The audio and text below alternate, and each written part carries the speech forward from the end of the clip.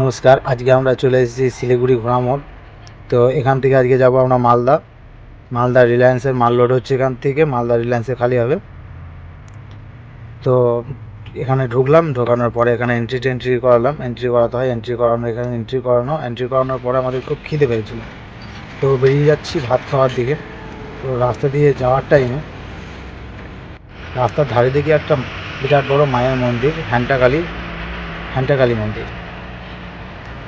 তো সেখানে লোকজনকে জিজ্ঞাসা করি, এখানে পরিবেশটা খুব সুন্দর, দেখতেই পাচ্ছ তোমরা, খুব সুন্দর পরিবেশ, নদীর ধারে মন্দিরটা, একদিকে রাস্তার উপর থেকেই মাকে দেখতে পাওয়া যাচ্ছে, চারিদিকটা খুব সুন্দর নদীর ধার।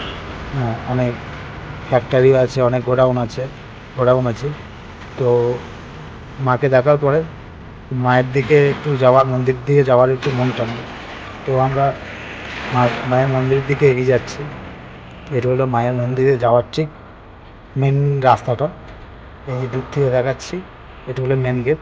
এবার আমরা এই দিক থেকে এগিয়ে যাব মায়ের মন্দিরের দিকে।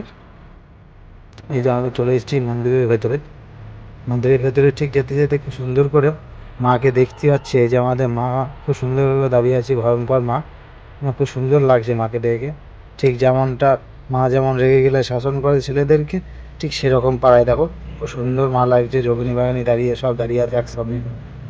তো মায়ের কিছু ছবি তুলে আমরা প্রণাম করে আবার বেরিয়ে যাব আমাদের ঠিক যেখানে আমাদের কাজ আছে, মানে গাড়ি পড়ে আছে, গাড়ি লোড করতে সেদিকে বেরিয়ে যাব।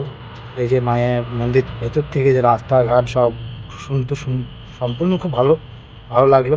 তোমাদের কেমন লাগলো অবশ্যই কমেন্ট শেয়ার